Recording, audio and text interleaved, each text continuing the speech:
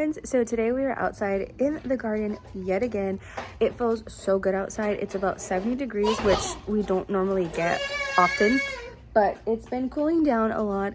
So I figure I come out here early in the morning. We are pretty late to the game for fall planting, and we have a lot of work to do for just cleaning up everything. So you guys know in my last video I showed you guys that I did a lot of medicinal planting excuse me, and it didn't really go like I thought it was gonna go. I mean, everything germinated, everything went well. I just didn't come out here and use the medicinal plants the way that I thought I was going to. So I feel like it was a real big waste of space this year when we could have, used that space for crops instead of medicinal purposes. I think that whenever we, hopefully eventually we have our land and we have just a bigger space, I think I can do that, because I'll have more area room to plant those things. So for now, I really just want to be able to plant all the things. My goal is eventually to be able to sustain us with what we grow, so that way we don't have to go to the grocery store. Obviously, I feel like that's everybody's dream and goal, but it really is one of mine, and I think it's a great goal. I think everybody should have goals, because if not, you have nothing you're working towards. So I'm going to show you what everything's looking like, and we are going to get everything pulled up today. We have a lot of work to do, you guys. So I got to get all of this pulled up. All of this. And forgive me because the kids are back here with me today. I know my wormwood is actually doing amazing. Wormwood is so hardy. Like it can survive. It's tough. It's a tough plant. So I'm still going to pull that. I'm going to pull all of this. I didn't use any of it. I think the only thing that I might keep is my poke root. It's given nice berries. Poke root is very controversial, so I really won't be talking about poke root much on my channel, just because there's just so much controversy behind it, around it. But yeah, I think poke root is the only thing that I'm going to keep. I was thinking about keeping my mullein stalks, but I think I have to pull them. You have to pull them anyway, so I'm just gonna pull them. My comfrey was doing amazing, and now it's not. I'm really sad about that. I think comfrey would be the one plant that I would keep around, because I love comfrey, but it's just, let me show you. So this is my mullein, and then all this in here was my comfrey. It's just going, so we're just gonna pull it all up today. And then if I can get everything pulled up in a timely manner, I really want to get to some of the weeds in these beds, because it's so bad. It's so bad. Let me show you. It's so embarrassing. It's just been so hot. And I just have not I just had no desire to come out here and pull the weeds. So let me show you the pepper bed. I have some tomatoes that I can come and harvest. I might harvest those with you guys, but we'll see. But anyways, look at all these weeds. Yeah, let's get started so that way I can work in this nice weather and not get super hot.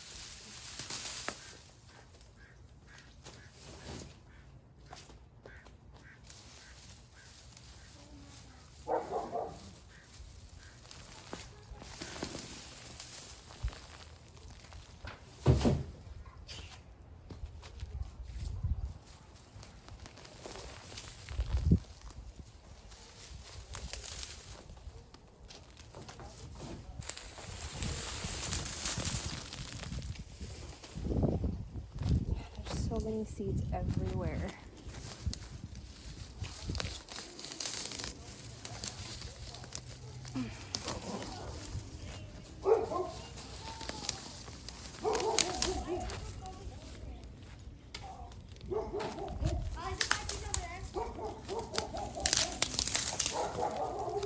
This was a tomatillo plant that just randomly grew, and we just let it, but it didn't do anything.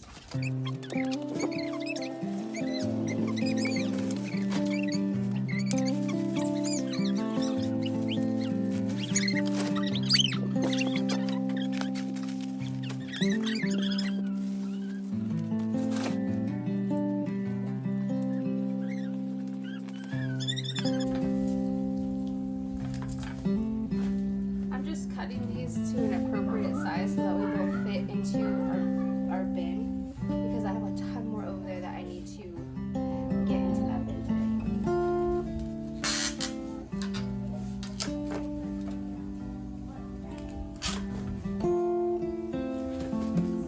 Pull this one up. That was the worst root system I have. Well, okay, not the worst, but that was a really bad root system for being just a little flower bush. That took me 20 minutes. I didn't show because I was struggling and I didn't want you guys laughing at me. So, but I got it up.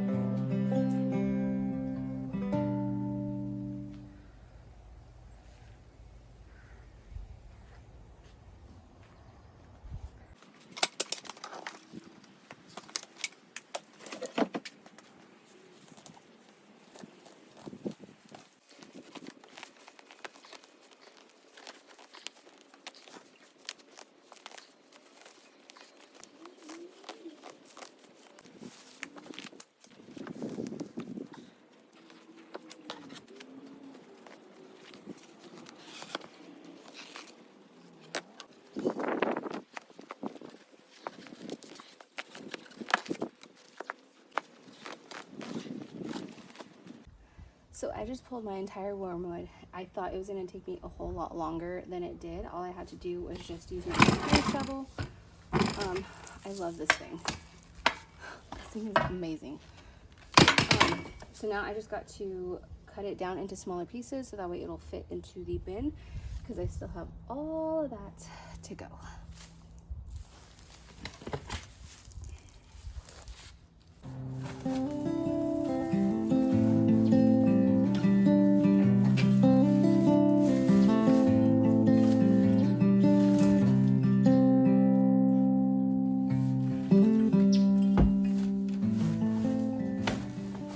So I stopped for a water break, and I'm looking at the rest of the things that I have to pull up, and I'm wondering if I can get it all into the bin. My go-getter self side says that I can, but looking in the bin, my realistic side says that I can't. So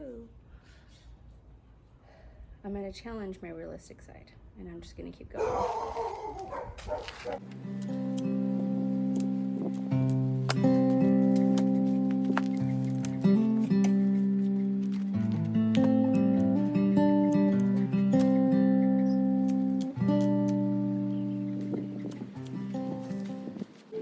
I am actually being super intentional about being sure that some of these plants, they've already gone to seed. So I want to make sure that I I don't drop, or at least as much as I can, not drop any seed into the beds, because I just don't want to have to deal with tons of sprouting plants next year. I do know that my first bed, I had lemon balm in it. Lemon balm just gets everywhere. I mean, it's literally all over my yard. I have no idea how, but it is. So I know next year I'll have to be adamant about pulling the sprouts up. I just, you know, if I can just minimize that the best that I can, I would love to, just to make it easier on myself. I started to work on pulling up this root system on the self-heal plant, and I was not paying attention until I found all kinds of ants on me. There was tons of ants in this bed. I told you guys, like on my last video, I am like 100% certain our house, our backyard is literally built on ant colonies. It drives me crazy. There's just so many ants. So I ended up just going to the next, tackling the next plant, just so that way by the time I got back to that root, I was hoping the ants would have, you know, calmed down and subsided. That was not the case. So this is burdock, and I grew it for the roots, but once it goes to seed, it is the most pestering plant you could ever have. The seed balls, oh, they literally stick to everything. Your hair, oh my gosh. I was wearing my hair down, and my hair, as you guys know, it goes like, I don't know, right just above my knee. And I got caught in it. Took me a good while to take all of them out, so I don't think I would ever, even when we have our land, I don't ever think that I would grow this again. I would just source it from someone who grows the root.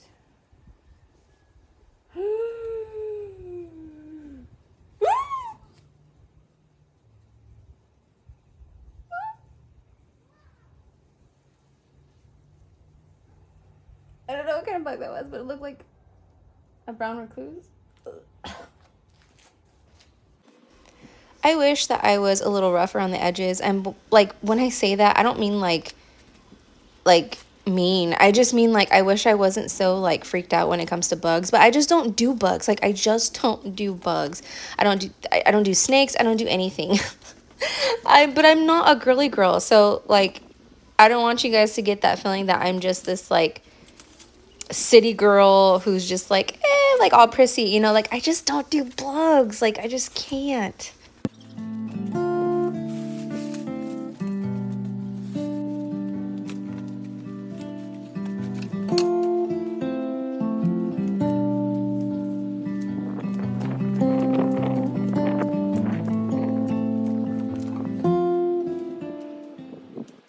So I started working on this blue tansy root, and it was so hard. Even with the spear shovel, I could not get it to come up. So I just left it because the ants were crazy all over that one too. So I was just like, you know what? I'm just going to try to get the South Hill root out. Even if the ants are going crazy, I'm just going to take it, and I just need to get it out. And I eventually did get it out. So at this point, my bin was completely full. So I switched gears and I just started pulling some weeds. I did not have to put the weeds in the bin. I just kind of left them to the side until, and they'll probably just stay there until our bin gets emptied again. I was able to pull this bed and then the one to the left. So that'll be nice. So that way when I go back out there again and I continue to work on the weeds, it's not going to be so much for me all at once. And what I ended up doing with the rest of the medicinal plants that were in the beds, I just ended up pulling them up, putting them in a wheelbarrow. So that way, once the bin was free and, you know, it was available, I could just throw all the plants into the bin. I just wanted to get everything up because I want to make sure that when we're going to have to go to the nursery and get our fall plants. So I just wanted to make sure that when we do go, we'll have, you know, the beds will already be ready for planting.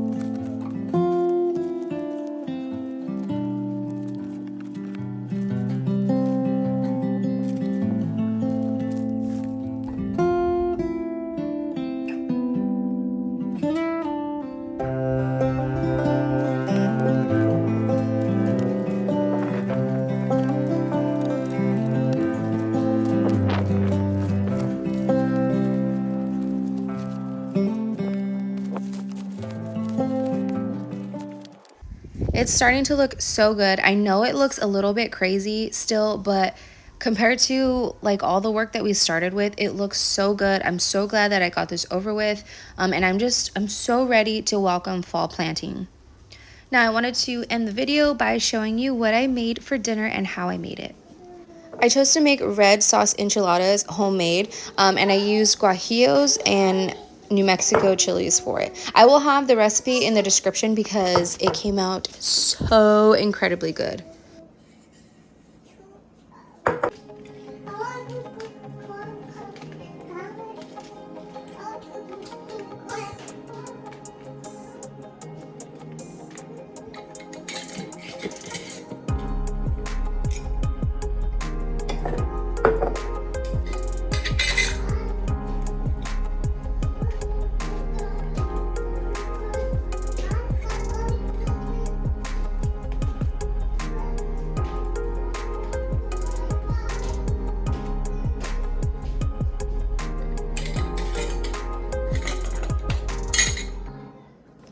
I was so confused right here because I labeled both of these, one of these Guajillo and one of these New Mexico chilies, but I looked at them and they looked exactly the same and they smelled exactly the same. So I wasn't sure if somewhere along the line I had a bag and I just put them in there, and then maybe I had like a lid that already said like a previous type of chili. So I wasn't sure.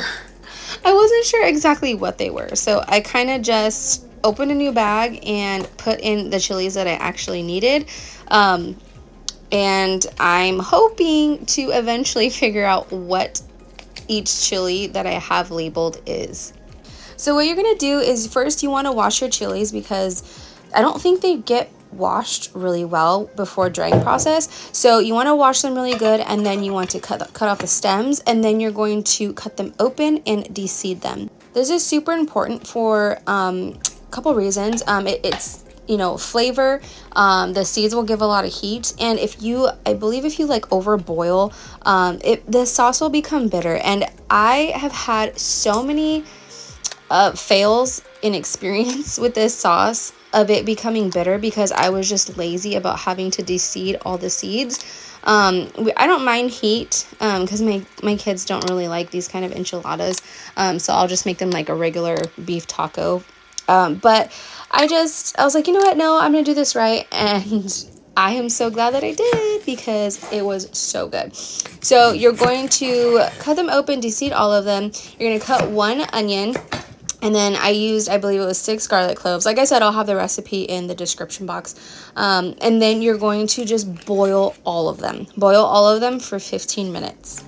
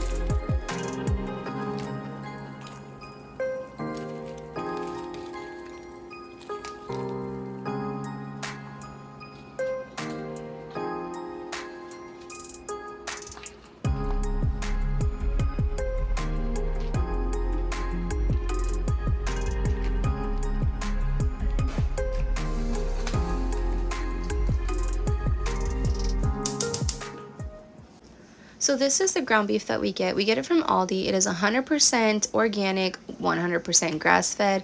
Of course, we would love to buy from a local farmer. I just haven't been able to find a local farmer that we completely trust or doesn't feed them corn or any other, all the junk stuff or hormones, all that stuff. So for now, this is just what we get, and I really, really recommend it, especially if you're in an area where you really can't find a local farmer or can't afford to buy from a local farmer. Aldi is your best bet.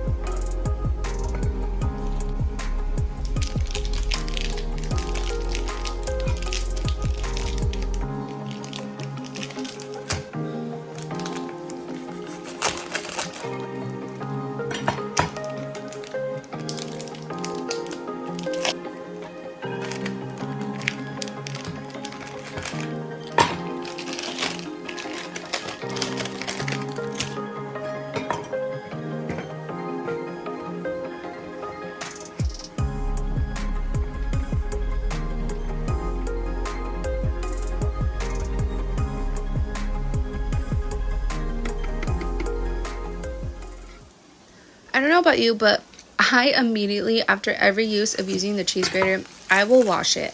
I have made the mistake probably multiple times of just putting it in the sink and just letting the cheese harden onto the grater, and it was a nightmare to get off. So now I just immediately wash it. I just makes life so much easier. So I just grated some cheese because this is going to go on top of the enchiladas, and I'm also cutting some purple onion to also top or sprinkle on top of the enchiladas.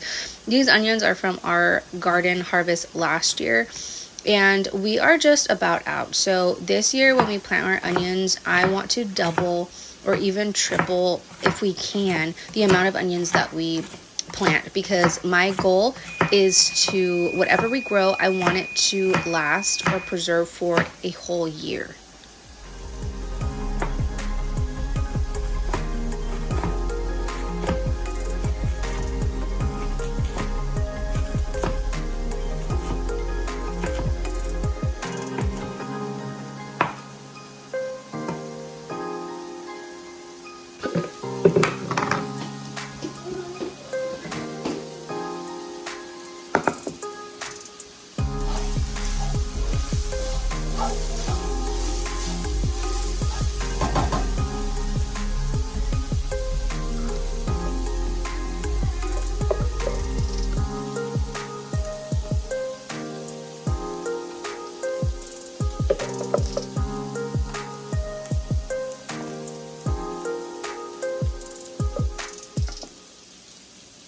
So now that my peppers, onion, and garlic are done boiling, I'm just going to transfer all of it into my blender cup, and then I am going to add, it was about 2 cups full of the juice that it, or I guess the water that it boiled in. It doesn't look like it because it was shallow, and so as I scooped the liquid, it didn't quite fill my cup, so that's why I did it multiple times, but in total it was about 2 cups. And then I did add some salt and then some chicken seasoning.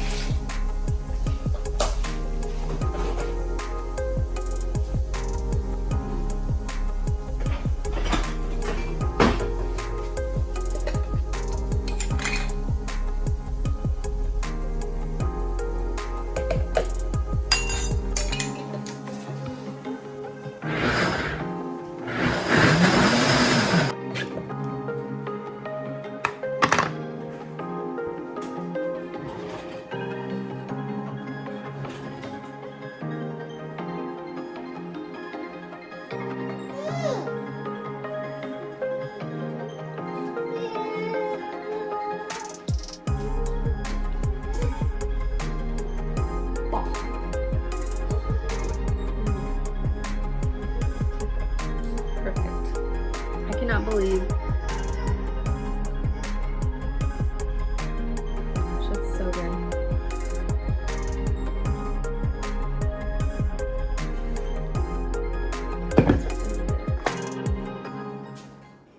You guys, I was so shocked at the way that this sauce tasted and came out. It was so good. Literally the best red sauce I've ever made in my entire life, and I'm not kidding. And I think that was because this time I actually took the time to deseed all my chilies. I didn't over season it. I didn't overboil it. If you overboil, that can also cause some bitterness, as well as not taking out the seeds. So definitely take the time to do those things. I know it's kind of tedious, but it's so worth it, you guys. I also wanted to show you a trick. I kind of left some of the tortillas on the comal a little too long, so they kind of got a little hard. What I do is I just place them on the top of the stack, and then I flip it over, and then I put them, so that way they're at the bottom now, and then the whole stack will just kind of, I guess, the moisture from the rest of the tortillas, it'll just make them more soft, so that way they're more pliable whenever you go to roll them.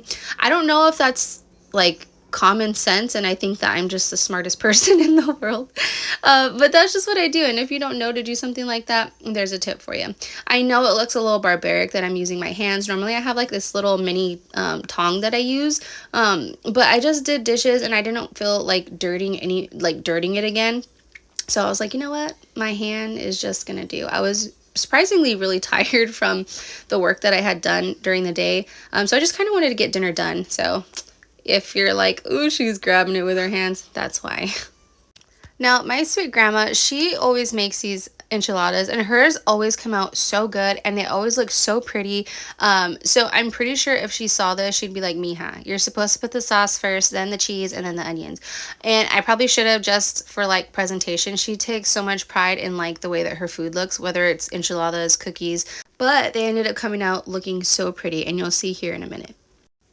So I'm just making my rice, and all I'm using is just jasmine rice. Normally when you're making Mexican rice, you want to use like a long grain or short grain rice, not jasmine rice, just because of the texture. But we prefer jasmine rice just because it's a lot more gut friendly than other rices. So that's just what we're using, but you feel free to use whatever you want. And I use only about a cup because whenever I make rice, it doesn't normally get eaten a whole lot. We don't go for a lot of seconds, I guess. So I'm just making 1 cup.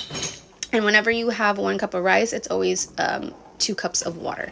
And all I did was just add a little bit of tomato seasoning, and then I did add a little bit of cumin, and I cooked it for about 15 minutes, and that was it. Once your rice is done, leave the lid on for about 5 minutes. Trust me, it's going to steam more. It's going to make it more fluffy.